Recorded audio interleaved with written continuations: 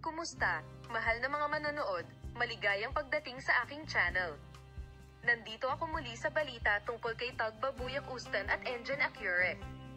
Ang pag-ibig ni Tuba Buyak Ustan at Enjan Akyurek ay nagbahagi ng mahihirap na alaala at masasayang sandali sa kanilang mga taga-subaybay. Ang lahat ng mga detalye ay nasa aming video. Bago lumipat sa aming video, huwag kalimutang mag-subscribe sa aking channel, suportahan kami at ibahagi ang iyong mga saloobin sa amin sa seksyon ng mga komento. Ngayon ay lumipat tayo sa aming video. Oo, mahal naming mga tagasunod, ang mga sikat na aktor ng Turkey na sina Tugba Buyak Ustan at Enjan Akyurek ay kilala bilang isa sa mga pinakasikat na mag-asawa sa agenda ng magazine sa loob ng maraming taon. Bilang karagdagan sa pagiging nasa tuktok ng kanilang mga karera, ang dalawang kilalang tao ay nakakaakit din ng atensyon sa kanilang mga pribadong buhay. Kaya paano nagsimula ang pagmamahalan ni Tugba Buyak Ustan at Enjan Akyurek?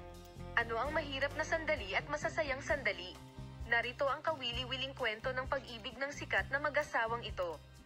Ang unang pagkikita ay ang pagtatagpo ng kagandahan at talento. Ang kwento ng pag-iibigan ni Tugba Buyak Ustan at Enjan Akyurek ay nagsimula noong 2005. Si Tugba, isang mahuhusay na aktres mula sa Turkey, ay nakakuha ng atensyon sa kanyang kagandahan at talento sa pag-arte.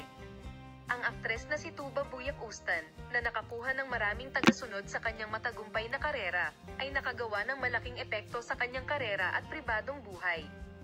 Nag-cross ang landas ng dalawa nang magsama sila para sa isang seryeng proyekto, at nang maglaon, nagkaroon sila ng malaking epekto at tumanggap ng mahusay na pagpuri sa kanilang mga karakter, buhay pag-ibig at mga espesyal na imahe sa serye.